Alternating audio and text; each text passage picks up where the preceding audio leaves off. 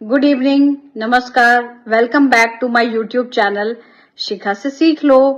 आज हमारी second video है। वीडियो स्टार्ट करने से पहले जो मेरी फर्स्ट वीडियो पे जिन लोगों ने कमेंट किया था, मैं उन सब लोगों को थैंक यू बोलना चाहूंगी।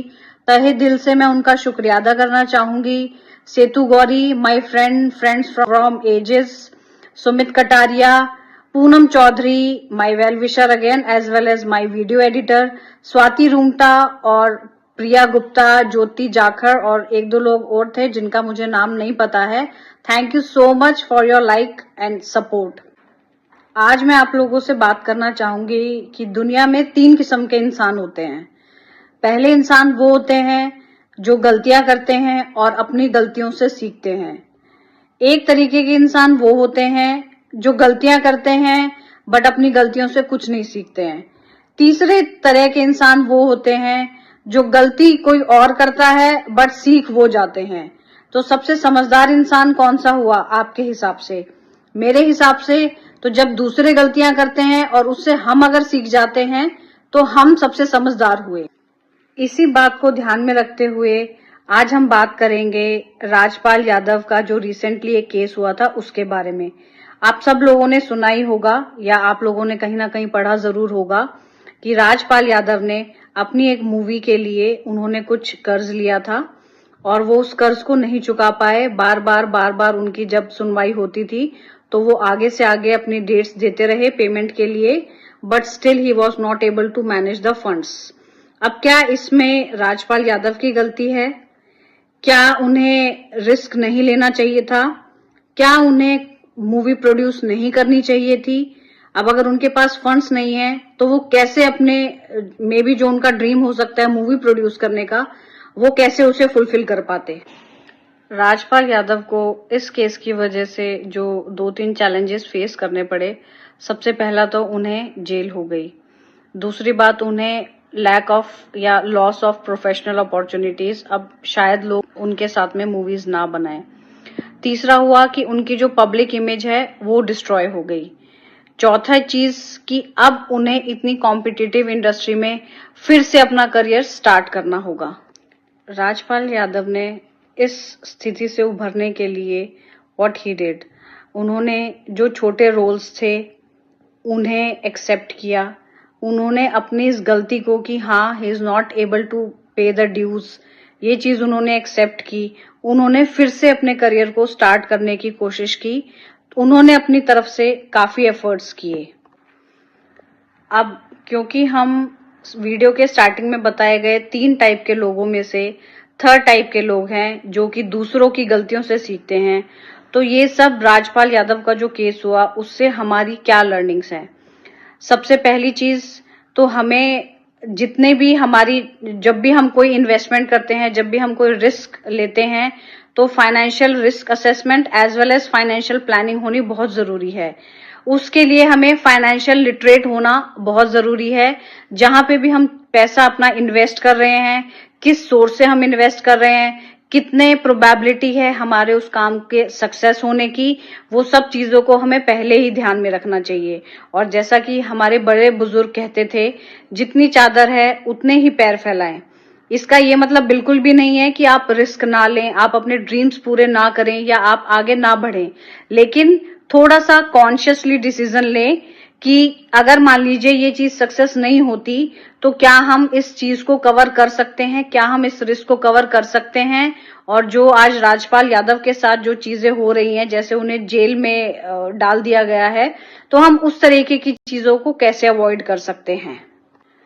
दूसरा, जब भी हम अपने करियर के सक्सेस पे होते हैं या जब भी हम अच्छा कर रहे होते हैं तो हमें लगता है कि अब तो हम कुछ भी करेंगे तो अच्छा ही है, तो हमें बहुत ज्यादा एफर्ट्स करने की जरूरत नहीं है। या हो सकता है उन्होंने सोचा हो कि अगर मैं मूवी बनाऊंगा तो वो तो चल ही जाएगी, बट ऐसा नहीं है। तीसरी चीज, हम सब लोगों ने सुना है कि never put all your eggs in one bucket, मतलब जो भी हमारे पास पैसे हैं, जो भी चीजें रिसोर्सेज हमारे पास अवेलेबल हैं, हमें कभी भी उन्हें एक जगह पे इन्वेस्ट नहीं करना चाहिए। फॉर एग्जाम्पल, अगर हमें पैसे इन्वेस्ट करने हैं तो हमें मल्टीपल सोर्सेज में इन्वेस्ट करना चाहिए। चाहे हम थोड़ा बहुत गोल्ड ले लें, थोड़ा बहुत हम प्रॉपर्टी में इन्वेस्ट कर सकते हैं, थोड़ा बहुत हम शेयर मार्केट में इन्वेस्ट कर सकते हैं, ट्रेडिंग में कर सकते हैं, थोड़ा बहुत हमें सेविंग में रखना चाहिए, कुछ इमरजेंसी फंड्स हमारे पास हमेशा अवेलेबल होने चाहिए। तो it should be a thoughtful decision. ऐसा नहीं है कि हमारे पास पैसे हैं तो हम उन्हें कहीं पे भी लगा दें, कैसे भी लगा दें। जब भी हम अपने सक्सेस पे होते हैं या हम करियर के पीक पे होते हैं तो ऐसा नहीं है कि हम जिस भी चीज में हाथ डालेंगे वो सोना ही निकलेगी। तो कभी भी सक्सेस को फॉर ग्रांटेड ना लें। हमेशा इस चीज को ध्यान में रखें कि अगर आप इसमें अनसक्सेसफुल होते हैं तो व्हाट इज प्लान बी। और जब भी आप सक्सेसफुल होते हैं तो ये ना सोचें कि हाँ अभी तो मैं सक्सेसफुल हूं, पूरी लाइफ ऐसे चलेगी, क्योंकि आज की लाइफ बहुत बहुत ज्यादा टेम्परेरी है। फॉर एग्जाम्पल, अभी हम देखते ही हैं, अभी हम कुछ दिन पहले ही राजपाल यादव का केस हर जगह हमें दिख रहा था। आज वो कहीं पे भी आपको कहीं नहीं दिख रहा है। सब लोग out of sight out of mind वाली पॉलिसी को यूज करते हैं। लोगों की याददाश्त बहुत कमजोर हो गई है, बहुत जल्दी लोग भूल जाते हैं। लोगों को ही भूल जाते हैं तो किसी ने उनके साथ में कैसा बिहेव किया है उसकी तो आप बात छोड़ ही दीजिए। Never take your success for granted. जब अगर आप अपने करियर में सक्सेसफुल भी हैं, पीक पे भी हैं, बट हमेशा आप ऑल्टरनेटिव सोर्सेज ऑफ इनकम को जनरेट कीजिए। जैसे हमने बहुत सारे एक्टर्स देखे हैं, जैसे बिपाशा बासु हो गई, सुनील शेट्टी हो गए, डीनो मौर्या हो गए, जॉन इब्राहिम हो गए, सोहेल खान हो गए। ये लोग जब अपने करियर से इन्होंने ये मूवीज में पीक पे थे या जब when they were earning good, तो उन्होंने ऐसा नहीं है कि सिर्फ मूवीज के ऊपर ही ये डिपेंडेंट रहे, क्योंकि every career has a life cycle. Ups and downs उसमें हमेशा लगे रहते हैं। बट आपको कंसिस्टेंसी मेंटेन करने के लिए, आपको आपका standard of living and livelihood maintain करने के लिए जब भी आप अपने पीक पे हो, so never ever forget to generate other sources of income, जिससे कि अगर आपका करियर ए कहीं उसमें कुछ अप एंड डाउन रहता है तो करियर बी इज देयर, जो कि आपको सपोर्ट करेगा mentally as well as emotionally और सबसे इंपॉर्टेंट फाइनेंशियली। क्योंकि over a period of time हमारे पास काफी रिस्पॉन्सिबिलिटीज भी आ जाती हैं जो हमें निभानी पड़ती हैं। तो इन्हीं रिस्पॉन्सिबिलिटीज के चलते ये भी होता है कि लोग रिस्क भी कम लेते हैं। बट अगर आप एक कैलकुलेटेड रिस्क लेते हैं तो आपके सक्सेस के चांसेस काफी ज्यादा हो जाते हैं। तो आज की इस वीडियो को मैं यहीं एंड करती हूँ। और at the end of the day जो हम every story has a learning, तो राजपाल यादव की स्टोरी से हम यही सीखते हैं कि जब भी हम कोई डिसीजन लेते हैं that should be a rational decision.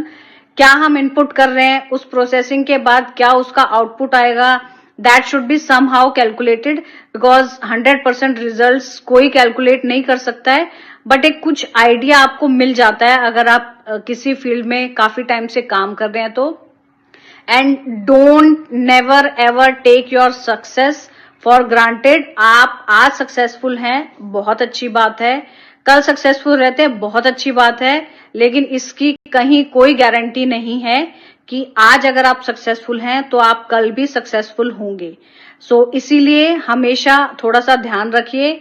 इसका ये मतलब नहीं है कि आप टेंशन ले लें, प्रेशर ले लें, but keep your mind working. आप हमेशा सोचते रहिए कि और मैं कैसे अपनी लाइफ को स्टेबल बना सकता हूं या स्टेबल बना सकती हूं, और फाइनेंशियली चीजों को थोड़ा सा इवैल्यूएट